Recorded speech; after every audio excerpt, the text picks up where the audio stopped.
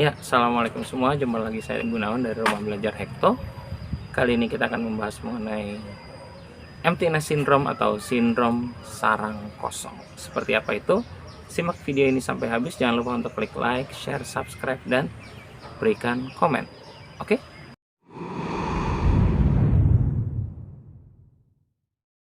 Ya, tadi sudah disampaikan kita akan membahas mengenai empty nest syndrome atau sindrom sarang kosong. Apa sih sindrom sarang kosong itu?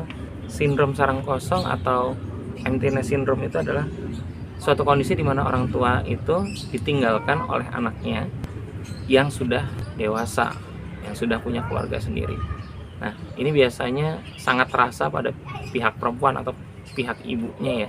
Kenapa bisa seperti itu? Karena yang paling banyak menghabiskan waktu, yang paling mempunyai kedekatan emosional terhadap anak itu adalah ibu ya, yang melahirkan ibu, yang menyusui ibu, yang lebih sering biasanya terlibat dalam perkembangan itu adalah ibu. Itulah sebabnya mengapa perempuan atau pihak ibu lebih sering mengalami empty nest syndrome. Apakah hanya pada pihak perempuan atau pada pihak ibu? Enggak juga, karena pada pihak laki-laki atau pihak bapaknya juga bisa terjadi seperti itu. Kesepian ini karena ditinggalkan oleh anak yang sudah beranjak dewasa itu terjadi sekitar 6-12 bulan atau kurang lebih 1 tahun ya. Dalam jangka waktu, rentang waktu 1 tahun itu bisa dianggap sebagai adaptasi. Nah, jadi kalau misalnya dalam rentang itu masih dianggap wajar. Tapi kalau 2 tahun sudah berlalu masih juga mengalami kondisi seperti ini, nah ini baru bisa dianggap sebagai sindrom sarang kosong yang sebenarnya. Sindrom sarang kosong itu memiliki gejala-gejala tertentu. Yang pertama, merasa sudah tidak bermanfaat. Ini orang tuanya merasa sudah tidak bermanfaat. Kenapa? Karena dia sudah merasa anaknya sudah bisa mandiri. Ada rasa anak-anak udah gede, udah dewasa, saya udah nggak dibutuhkan lagi. Ini gejala yang pertama. Yang kedua adalah menangis berlebihan. Jadi setelah merasa tidak bermanfaat, akhirnya dia merasa hidupnya telah berakhir. Kemudian muncul gejala kedua, yaitu menangis berlebihan karena ditinggalkan. Dan yang ketiga adalah sedih mendalam sampai mengisolasi diri. Mengisolasi diri itu bagaimana? Dia menjauhkan diri dari pekerjaan, teman-teman, termasuk juga saudara. Jadi dia mengisolir diri lah, tidak bersosialisasi dengan lingkungannya. Nah, ini udah bahaya ya. Sebenarnya kondisi ini lazim ya terjadi pada orang tua, apalagi kan kita mengalami beberapa tahap perkembangannya, dari kelahiran, balita, kemudian kanak-kanak, remaja, dewasa, kemudian usia tua atau lanjut usia. Dalam tahap-tahapan perkembangan itu, ketika sudah memasuki remaja khususnya, itu biasanya sudah mulai terasa bahwa si anak itu sudah memiliki kehidupannya sendiri. Dan ini sebenarnya sudah harus dipahami oleh pihak orang tua bahwa sebenarnya nanti mereka akan meninggalkan, atau mereka itu maksudnya anak-anaknya akan meninggalkan. Bukan berarti ditinggalkan itu bukan berarti tidak dibutuhkan, tetap dibutuhkan. Karena bagaimanapun kelahiran seorang anak tidak bisa lepas dari campur tangan orang tua itu sendiri. Hanya saja ketika anak-anak sudah beranjak dewasa, sudah memiliki kehidupannya sendiri, terkadang orang tua tuh merasa tidak dibutuhkan. Mungkin juga diperparah dengan pasangan dari si anak.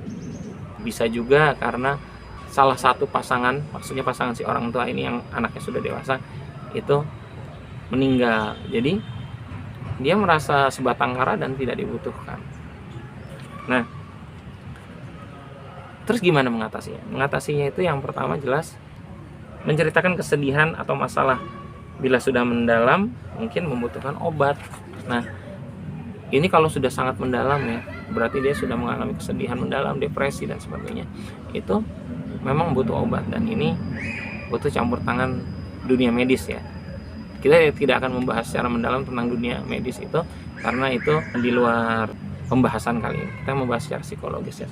Itu yang pertama. Jadi jelas yang pertama adalah menceritakan kesedihannya kepada orang lain.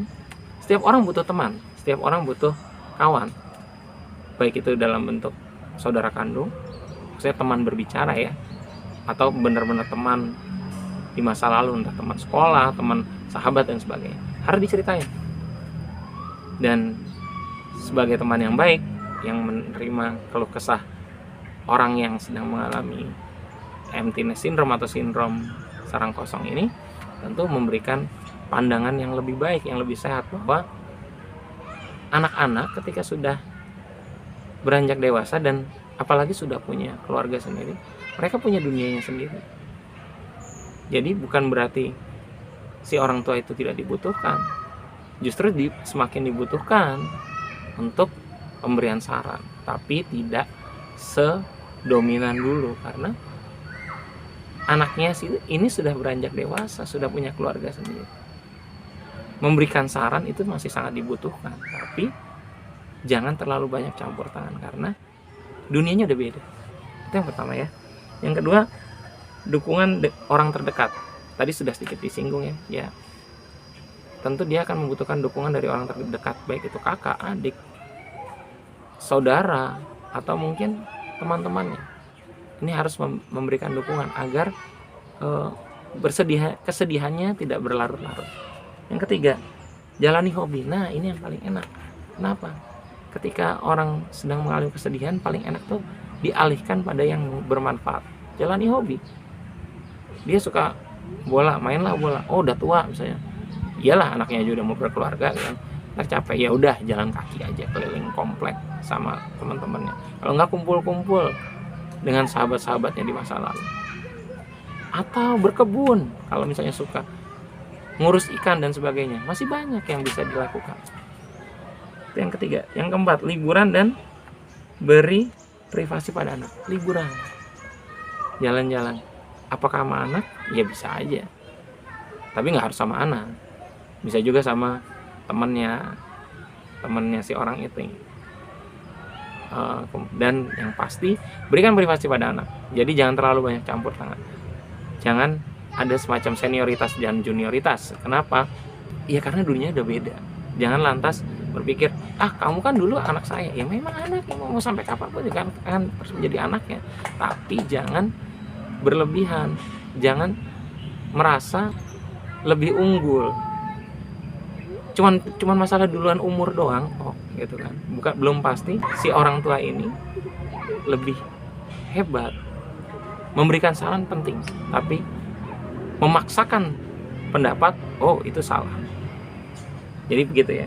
Jadi untuk mengatasinya tadi, saya ulangi lagi, menceritakan kesedihan atau masalah pada orang-orang terdekat, mendapatkan atau mencari dukungan dari orang terdekat, itu yang kedua. Dan yang ketiga adalah menjalani hobi apapun yang bermanfaat. Yang keempat adalah liburan, dan tentunya berikan privasi pada anak Anda sudah berkeluarga, sudah dewasa, dan sudah memiliki kehidupannya sendiri.